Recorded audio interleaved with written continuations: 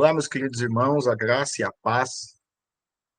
Hoje nós estamos iniciando novos estudos de um puritano, né? Uma obra dele, que são vários sermões, que foi escrito e compilado em um livro, pastor puritano chamado Jeremiah Burroughs.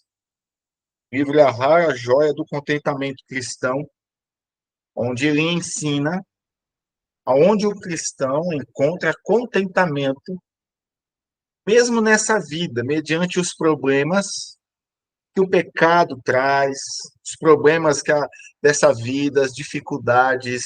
Então, é um livro fantástico, ele tem um forte teor devocional, mas com um conteúdo muito apologético, teológico e bíblico. E hoje nós vamos ver a primeira parte do capítulo 1, que é chamado O Contentamento Cristão Descrito. E esses sermões, né, ele é baseado em um único versículo, que vai ser o nosso texto prova aqui, texto base desses nossos estudos, que é Filipenses, então, 4:11, que diz: Eu aprendi, em qualquer estado que esteja, a estar contente. Então, esse texto, ele contém algo oportuno para reviver os espíritos desanimados. Os espíritos desanimados dos santos, nesses tempos tristes e decadentes. Pois a hora da tentação, ela veio sobre todo mundo para testar os habitantes da terra. E, em particular, este é o tempo da angústia de Jacó em nossas próprias entranhas. O apóstolo Paulo aqui, ele sustenta de forma experimental esse texto do Evangelho, a própria vida e alma de toda a teologia prática. Geralmente a gente está acostumado com devocionais simples, devocionais que não têm muito um conteúdo teológico, mas aqui é diferente. O apóstolo Paulo ele sustenta, né, nesse texto do Evangelho de Cristo, a própria teologia prática. E nós vemos isso plenamente, a sua proficiência na escola de Cristo. E quais são todo cristão que deseja provar o poder e o crescimento da piedade na sua própria alma tem que aprender dele. Essas palavras que nós vemos aqui em Filipenses 4:11, elas são trazidas pelo apóstolo Paulo como um claro argumento para persuadir os filipenses de que ele não buscou as grandes coisas deste mundo e que não buscou nada deles, mas a eles. Ele não esperava por riquezas. Seu coração estava tomado por coisas melhores, e muito melhores do que riquezas materiais. Eu não falo, ele argumenta, como que por necessidade, pois tendo ou não, meu coração está completamente satisfeito. Eu tenho o suficiente. Eu aprendi em qualquer situação que eu estiver a estar satisfeito. Isso que o apóstolo Paulo escreve aos Filipenses. E ele diz aqui, ó, eu aprendi. Aprendeu o quê? Um contentamento em qualquer condição é uma grande arte e um mistério espiritual. E isso é para ser aprendido, meus irmãos, e para ser aprendido como um mistério. E lá no verso 12, ele vai afirmar o seguinte: eu sei como estar abatido. Então, serve para nós aqui também. Não só para a igreja ali de Filipos, né?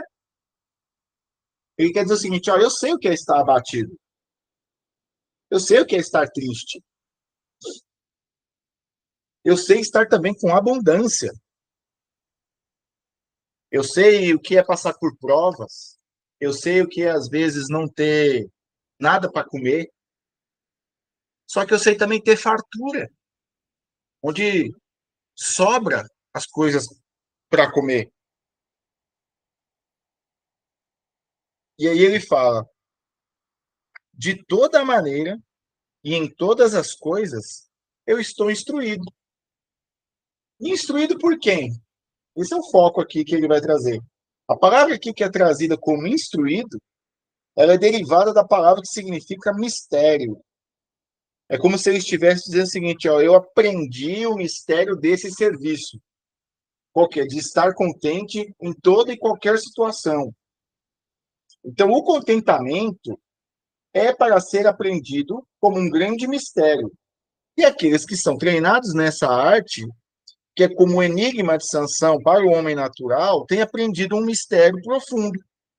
E ele diz de novo, ó, eu aprendi, eu não tenho de aprender agora, nem tinha essa arte no princípio. Eu alcancei isso, embora com muita dificuldade, e agora, pela graça de Deus, eu me tornei um mestre nessa arte. E ele continua no verso, em qualquer situação em que eu estiver.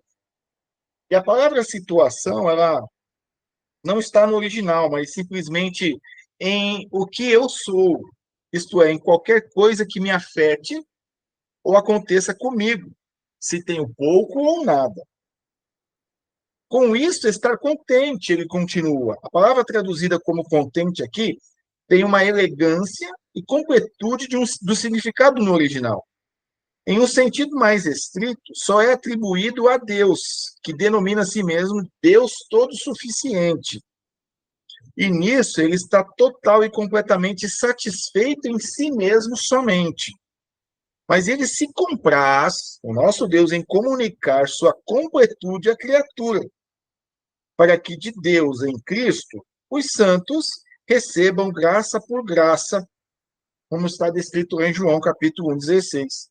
E como resultado disso, há neles, nos santos, a mesma graça que está em Cristo, de acordo com a medida deles.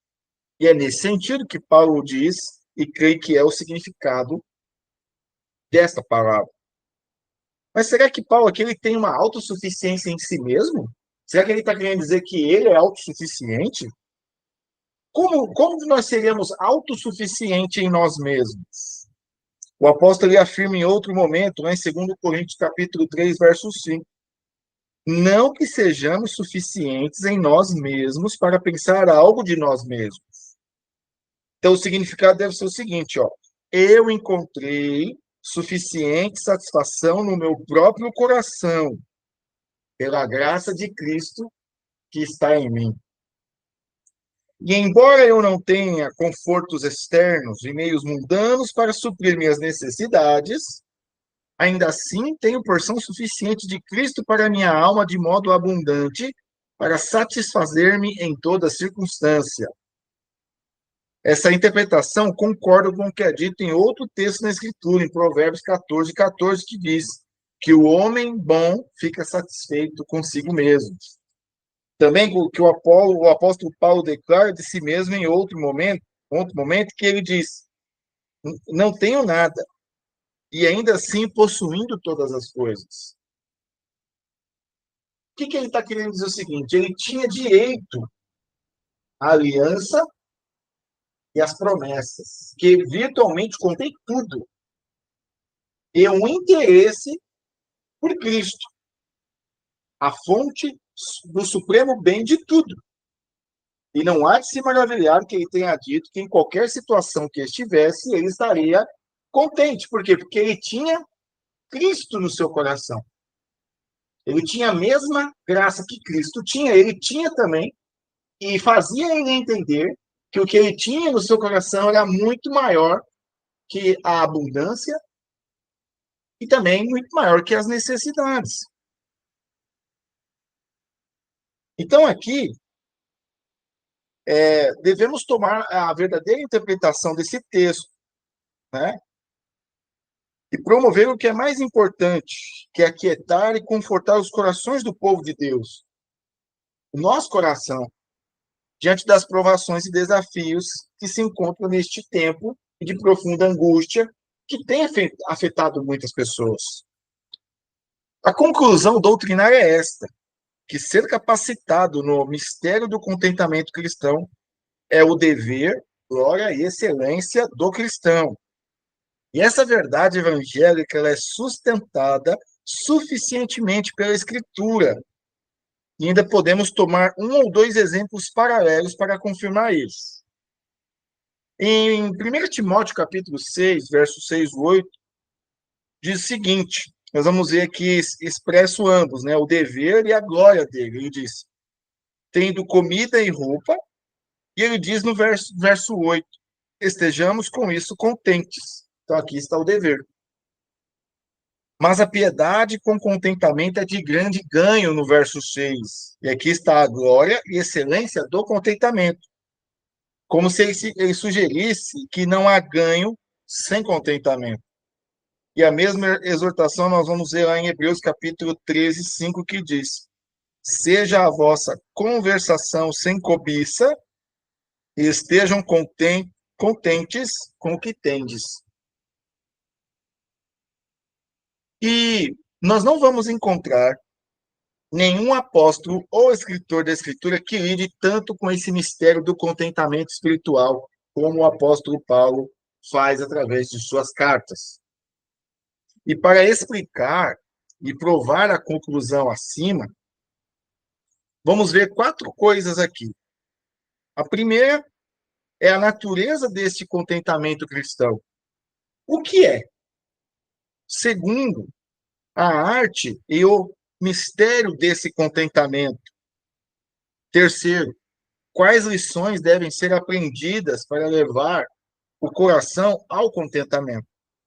E quarto, em que consiste a glória e excelência dessa graça? Então, o contentamento cristão é aquele doce, interno, calmo, gracioso estado de espírito, o qual se submete e se deleita na sabedoria da disposição paternal de Deus sobre cada situação. Ela se encaixa como um remédio precioso para a nossa alma. É algo reconfortante e útil para corações fraquejados em tempos e condições de provações.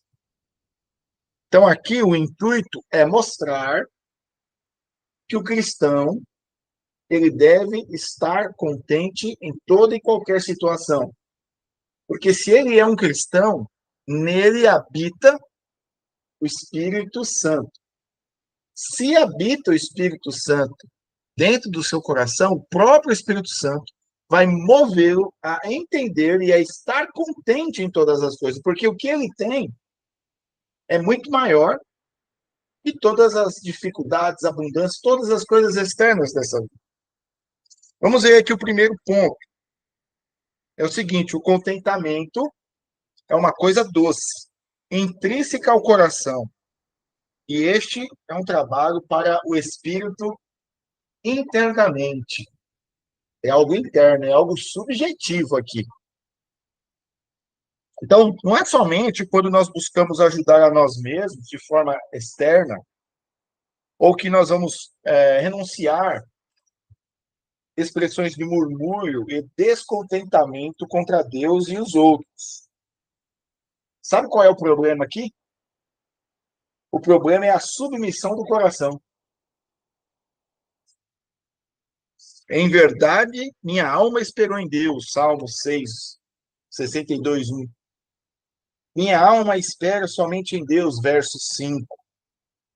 Então, desse modo que está nas Escrituras, as palavras podem ser traduzidas do seguinte modo: minha alma esteja em silêncio diante de Deus. Santifique tua paz, ó minha alma. Então, não somente a língua deve manter sua paz, a alma deve estar em silêncio. Muitos podem estar em silêncio, refriando-se de expressões de descontentamento, pode não estar falando nada, e mesmo assim por dentro estão cheios de murmúrio. Elas estão descontentes. Pode acontecer isso aqui. Isso aqui mostra uma desordem complicada e grande perversidade em nossos corações. A despeito do silêncio externo, Deus ouve a impertinência, a linguagem irritante das nossas almas. Um sapato pode ser liso e arrumado por fora, por dentro apertar o pé. Por fora pode haver grande calma e quietude, e ainda assim dentro haver confusão, amargura, distúrbio e irritação. E assim está muitos corações. Algumas pessoas, elas são tão fracas que não conseguem esconder os seus espíritos cansados. Mas em palavras e ações, elas revelam o que as tem perturbado. Seus espíritos são como um mar brávio, lançado nada além de lama e sujeira. São problemáticos não só para elas mesmas, mas também para aqueles que vivem com elas. Outros são capazes de manter tais desordens no coração. Um exemplo muito claro é Judas, que traiu Cristo com um beijo. E mesmo assim, eles estão fervendo por dentro. E isso corrói como um câncer, estão cheios de ódio, de murmuração, de inquietação dentro de si. Desses, Davi fala o seguinte, cujas palavras são mais doces do que o mel e manteiga, porém eles têm uma guerra nos próprios corações. Em outro lugar, ele diz o seguinte, enquanto eu guardei silêncio, meus ossos envelheceram. Do mesmo modo, essas pessoas, enquanto elas estão com uma calma tão serena em suas línguas, elas têm uma tempestade barulhenta em seus espíritos. Enquanto guardam silêncio, seus corações estão em provações e até desgastados com angústia e muita irritação. Eles têm paz e quietude por fora, mas dentro há uma guerra que vem das indisciplinadas e turbulentas obras dos seus corações. Agora, se a realização do verdadeiro contentamento fosse tão fácil quanto se manter quieto externamente, não se exigiria muita aprendizagem. Poderia ser conquistado com menos força e habilidade do que o apóstolo possuía, menos até do que um cristão ordinário tem ou pode ter. Portanto, há certamente mais coisas necessárias para realizar isso do que se pode fazer utilizando os meios comuns e poderes ordinários da razão, que é limitada naturalmente. Então, é algo no coração. Então, é algo interno. O problema, ele é interno. Segundo, a quietude do coração. Quietude do coração. Tudo está tranquilo, tudo externamente está tranquilo, mas dentro está lá ainda. Então, para a gente aprender isso melhor, essa quietude, essa camada graciosa do espírito se opõe a certas coisas. Quais são elas? Ao devido senso de aflição, onde Deus dá ao seu povo permissão para ser sensível ao que sofre. Cristo, ele não diz, não considere uma cruz o que é uma cruz. Ele diz o seguinte, carregue a tua cruz todo dia. Isso é como um tratamento médico. E se vós tomais o remédio e não podeis engoli-lo, mas imediatamente o vomitais. Ou se vos nada sente e o remédio não vos faz melhorar, em qualquer caso, esse remédio não faz nenhum bem. E sugere, então, que está com grande desordem e dificilmente seria curado. Então, essa quietude interna, ela não é oposta ao senso das aflições. Não haveria um verdadeiro contentamento se vós não estivesseis apreensivos e sensíveis das vossas aflições quando Deus está irado.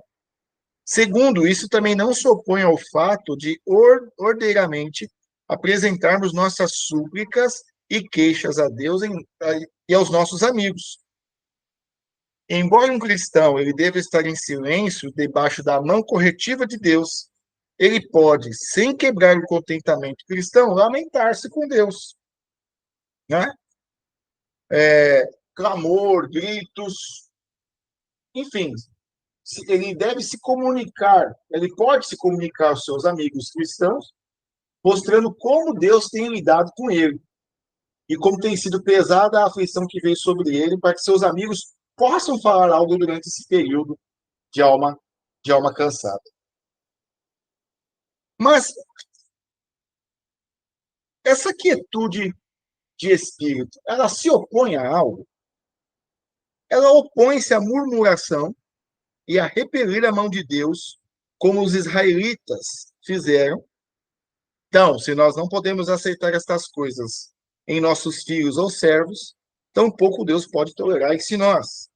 Também se opõe à irritação e inquietação, que são um grau acima da murmuração. Também se opõe ao espírito tumultuoso, quando os pensamentos correm distraidamente e trabalham de modo confuso. E aí as afeições se tornam como a multidão indisciplinada, que também é oposta a um espírito perturbado e instável, através do qual o coração é distraído do dever que Deus requer em nossas relações com Ele e também com os outros. Também é oposta a uma distração e cuidados que consomem um coração, é oposta a desencorajamentos que nos afundam, quando as coisas não ocorrem como esperado, quando vem um segundo problema, de modo que vemos poucos meios externos para ajudar nossas esperanças e corações. Então o coração começa a pensar como está lá em 2 Reis 7:2. Se o Senhor abrisse as janelas do céu, como seria isso? Nós nunca consideramos que Deus pode abrir os olhos do cego com barro e saliva. Ele pode agir acima, além e contrário aos meios. E ele frequentemente faz as flores mais justas dos esforços humanos murcharem e trazer coisas improváveis depois, para que a glória de todo o empreendimento seja dado a ele, não aos nossos esforços. Também é oposta ao inconstante e volúvel modo de conseguir alívio e ajuda. Nós vemos esse modo de agir em Saul, quando ele procura uma ajuda mais fácil, ele procura socorro lá da feiticeira de Endor e oferece sacrifícios antes da chegada de Samuel. O rei Josafá também se alia a Acasias. Asa vai a Ben-Hadad, rei da Síria, buscar ajuda, não confiando no Senhor. Embora o Senhor tenha entregue o exército etíope, que tinha milhares e milhares em suas mãos. E Jacó se juntou à sua mãe para mentir para Isaac. Então, não contente em esperar o tempo de Deus os meios dele, ele expressou grandemente as coisas e saiu do caminho buscando a bênção de Deus para si. Sempre tentando criar um atalho. Muitos agem assim, através da corrupção de seus corações, fraqueza da fé, porque eles não são capazes de confiar em Deus e seguir a Ele completamente em todas as coisas. E a última coisa em que a quietude do espírito é oposta é o aumento desesperado da rebelião contra Deus no coração. O coração se torna rebelde. Essa é a maior abominação. E onde nós temos que aprender a estar contentes a ponto de restringir os nossos corações de tal desordem. E não somente ímpios, mas os próprios santos de Deus encontram os princípios disso quando a aflição dura um longo tempo e é severa demais sobre eles, e os acerta de uma vez. Eles encontram nos seus corações algo se levantando contra Deus, seus pensamentos começam a borbulhar, suas afeições começam a se mover em rebelião contra Deus. Este é o caso com aqueles que juntam a corrupção a uma larga medida de melancolia. E o diabo trabalha tanto com a corrupção de seus corações, quanto a doença melancólica de seus corpos. E embora muita graça pode estar por debaixo da aflição, sob ela haverá algumas lutas contra Deus. A quietude cristã ela é oposta a todas estas coisas. E quando a aflição vem, qualquer que seja, nós não podemos murmurar. Embora sintas e clame a Deus, você não deseja ser liberto, essa quietude, busque isso por todos os meios justos. E ainda assim, não murmures ou resmungues. Não te perturbe ou irrite, para que não haja tumultos em seu espírito, nem instabilidades, nem medos, nem desgastes ou aborreças a ti mesmo. Também que não haja um desencorajamento que te afunde ainda mais, nem desvios indignos e nenhuma rebeldia contra Deus em qualquer sentido.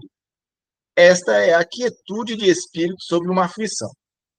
O segundo ponto, portanto, é quando a alma se torna capaz de suportar uma aflição que fica quieta sobre ela. É estar no meio de uma pressão,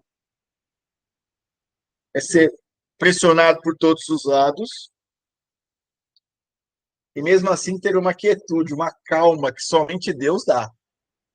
Muito interessante. E é isso que nós precisamos fazer, e isso já é um princípio de um contentamento cristão.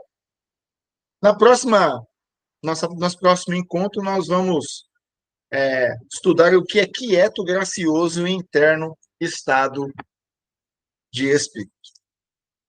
Chegamos aqui ao final desse nosso primeiro estudo. Nos vemos, então, na nossa próxima aula. A todos a graça e a paz do Senhor. Até mais.